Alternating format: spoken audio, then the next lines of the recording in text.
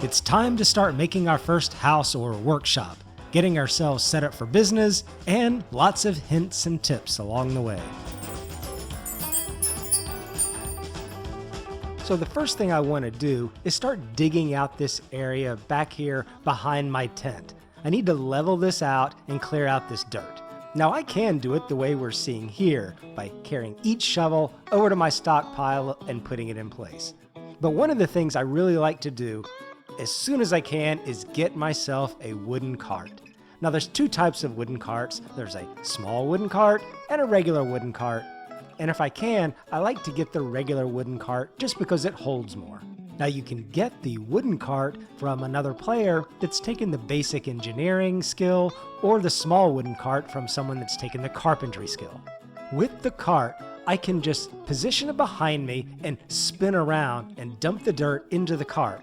Then use the cart as my transport to move it over into my stockpiles. This is not only going to save you a ton of time, but it's going to save you precious calories, because it does take calories to jog back and forth between your digging site and the stockpile.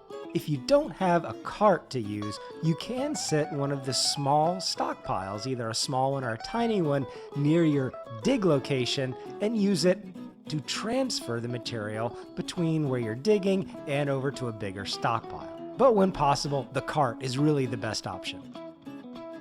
Now, one of the things you're going to find out about any of these excavation projects is that you wind up with dirt. You wind up with a lot of dirt, and you're going to have a little trouble getting rid of it. In fact, it's going to fill up your stockpiles pretty quickly. Now, something that most eco players have found out pretty quickly is that you can convert your dirt into dirt ramps.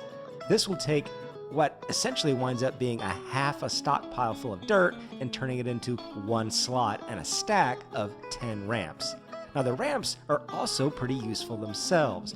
Early on in the game, or even later in the game, you're going to find that you need ramps. The world isn't flat, it's got hills, and the ramps will help you navigate those hills, as well as what I plan to use them for, which is a ramp down into my mines.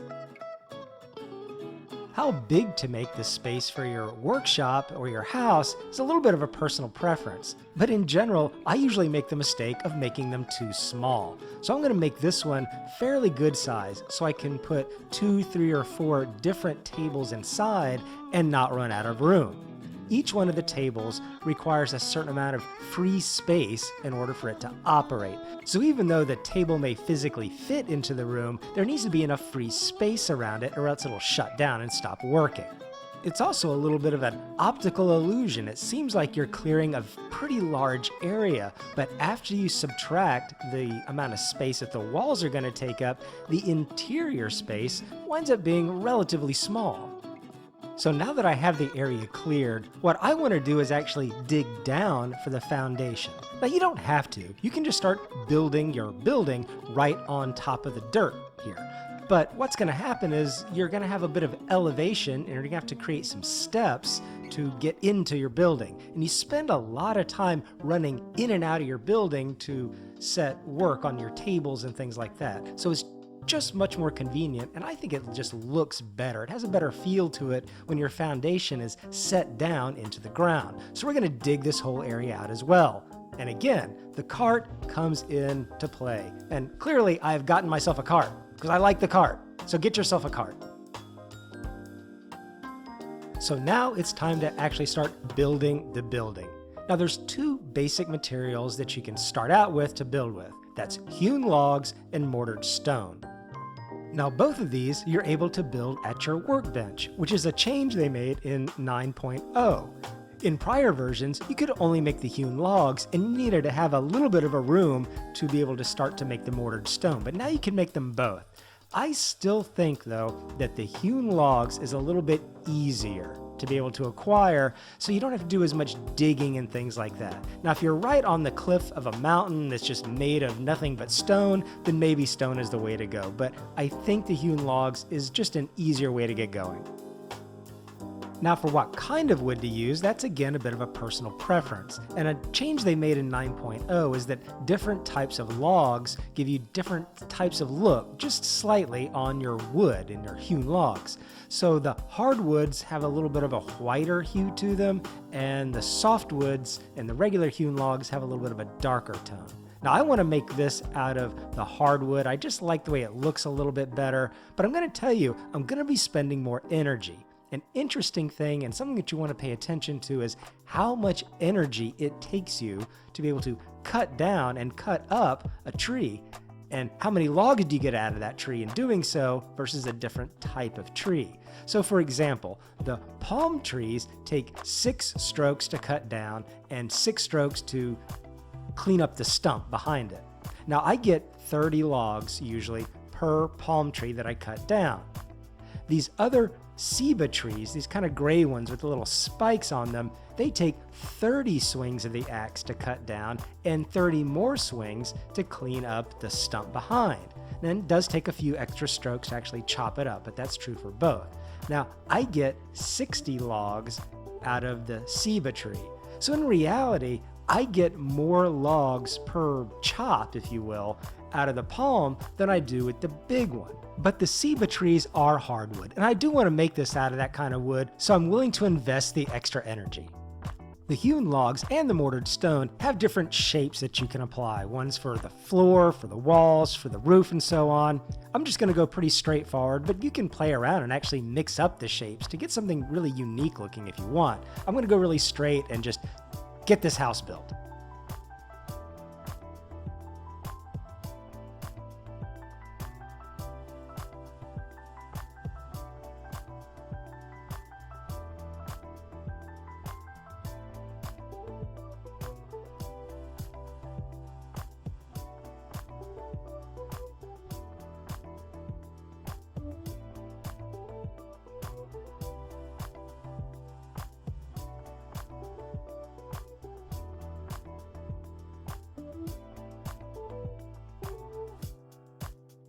Okay, so I've got this thing fully erected here. I did have to go chop some more wood. I was a little bit short, but you can see I've left gaps here. This is where windows or doors can be.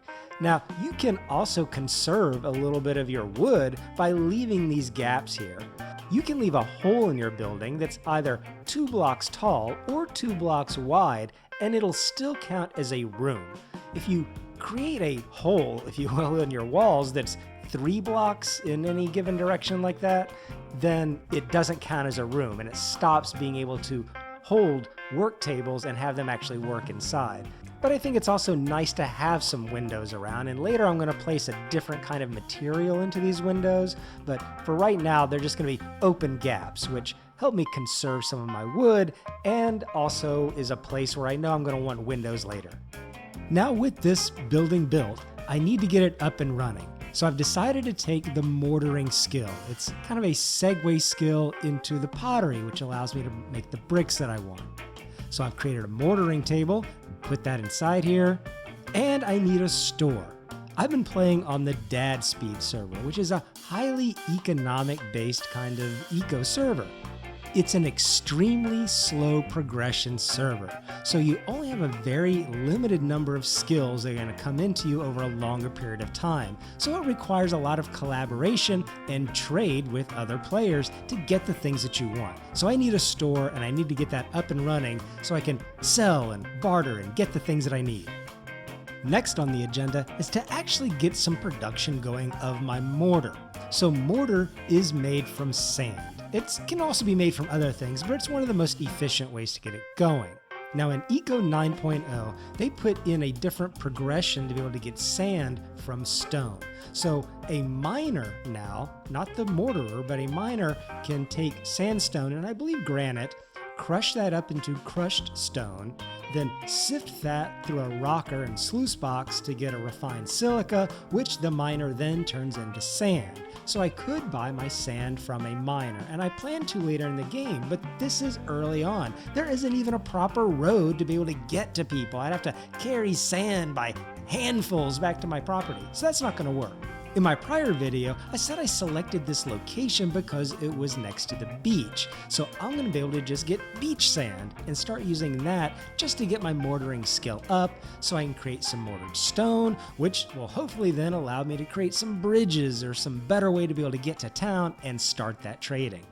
To keep from creating just a giant hole in the beach, and one that would actually hinder my ability to maneuver around it, I'm creating a little bit of a discreet stair step made out of the sand itself that helps me get down below, and there'll be lots of digging down here. I'm also going to run in some other types of stone. I expect some limestone, some probably sandstone, some other things I'll encounter, but this should allow me to get enough sand out of the ground to be able to start my mortaring.